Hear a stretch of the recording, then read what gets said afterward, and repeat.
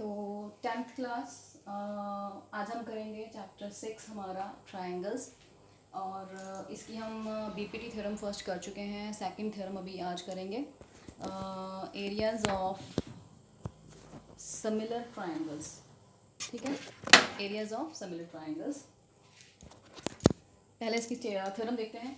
The ratio of areas of two similar triangles, the ratio of areas of two similar triangles is equal to the square of ratio of their corresponding sides। ठीक है,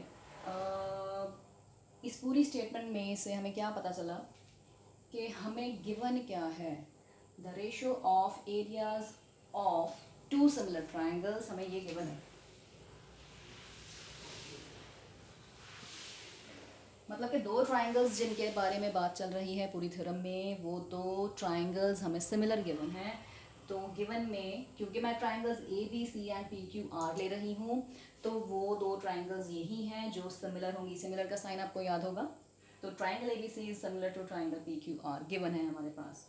ठीक है, फिर देखते हैं हमें prove क्या करना है इसमें। The ratio of areas of, मतलब इनकी रेशो, ठीक है, ratio of areas of triangles, areas of triangle, the ratio किनकी, areas of triangles, areas of triangles की ratio is equal to the square of, किसका स्क्वायर, रेशो किनकी, of their corresponding sides की।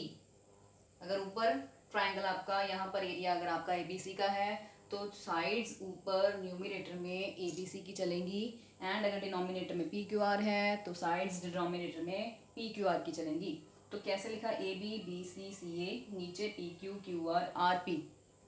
फिर से बोल देती हूँ, ऊपर ए बी बी सी सी ए, नीचे P Q Q R R P. तो ये हमें प्रूव करना है। कंस्ट्रक्शन इसके लिए हमें थोड़ी सी करनी पड़ेगी। ये थ्योरम बहुत ही इम्पॉर्टेंट है, हर बार पेपर में आती ही है। ठीक है, तो जब भी आपको ये थ्योरम का प्रूफ करने के लिए आता है, तो सबसे इम्पॉर्टेंट बात ये जो आपको याद रखनी है वो है कि दो ट्राइंगल्स तो गिवन ही है थ्योरम में, बट आपको जो याद रखना है वो है आपको इनमें कंस्ट्रक्शन, एज अ कंस्ट्रक्शन दो परपेंडिकुलर्स ड्रॉ करने हैं। एक इस ट्राइंगल में, दूसरा इस ट्राइंगल में। यहाँ पर परपेंडिकुलर ड्रॉ किया ए एम, एम की जगह पे आप कुछ भी ले सकते हो, तो उधर से ड्रॉ किया पी एन। ये याद रखने वाली बात है। अभी हम करेंगे इसका प्रूफ। सबसे पहला काम हमें क्या करना है, जो हमने प्रूव करना है उसमें लेफ़्ट साइड पर हमने रखा है ratio of areas of A B C and P Q are.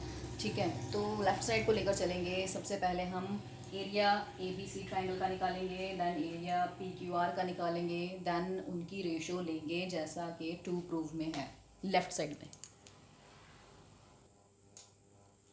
तो जैसा कि हमने बात की, एरिया ए बी सी का आ चुका है। फॉर्मूला आपको पता ही है, half multiply base multiply height. तो पी क्यू आर का आ चुका, जैसे कि बताया था कि रेशो लेनी है। लेफ्ट हैंड साइड जो टू प्रूव में रखा है, लेफ्ट हैंड साइड को देखकर हमने रेशो ले ली। रेशो रखी, हाफ एंड हाफ कट हो रहा है और हमारे पास ये पोर्शन बच रहा है। इस पोर्शन को मैंने लिखा इस तरीके से।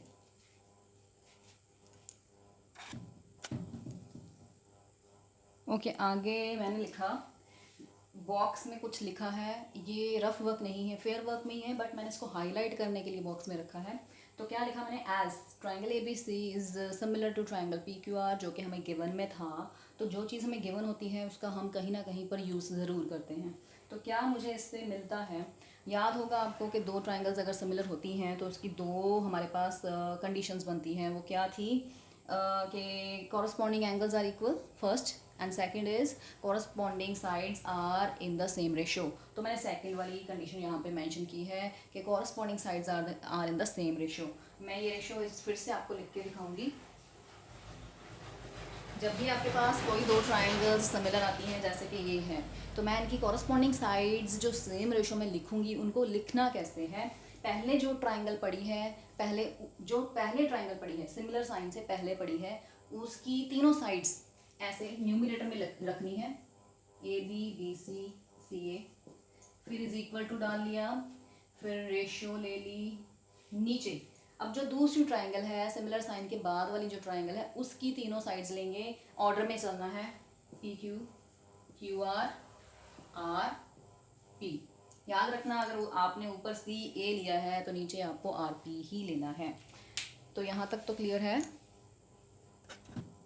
ओके तो मैंने क्यों ये काम किया, गिवन से हेल्प क्यों ली है, मैंने यहाँ पर देखा कि जो बी सी और क्यू आर की जो रेशो है, बी सी और क्यू आर की जो रेशो है वो इस रेशो और इस रेशो के भी इक्वल है।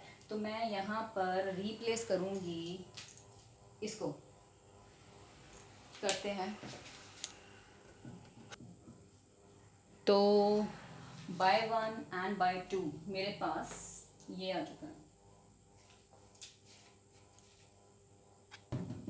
ओके तो नेक्स्ट बात करते हैं। मैं यहाँ पर भी पॉज ले रही हूँ और आपको ये यहाँ पर पहुँचते हैं जहाँ पर हमने जो हमने प्रूव करना है, तो उसको थोड़ा सा देखते हैं कि मेरे पास लेफ़्ट हैंड साइड आप देख सकते हो, जो प्रूव करना है लेफ़्ट हैंड साइड और जहाँ मैं पहुँची हूँ उसका लेफ़्ट हैंड साइड दोनों मैच्ड हैं। ठीक है, तो बात अब सिर्फ किसकी करनी है, राइट साइड की, राइट साइड की। ठीक है, तो राइट साइड में जो मैंने लेकर आना है टू प्रूव में रखा है उसको देखते हैं कि A B upon P Q का होल स्क्वायर चल रहा है। ठीक है, तो थोड़ा इसको भी देखते हैं कि यहाँ पर A B upon P Q तो है बट मल्टीप्लाई के बाद यहाँ पर कुछ और है। अगर यहाँ पर भी A B upon P Q होता तो मेरा A B upon P Q का होल स्क्वायर मेरे सामने आ जाना था।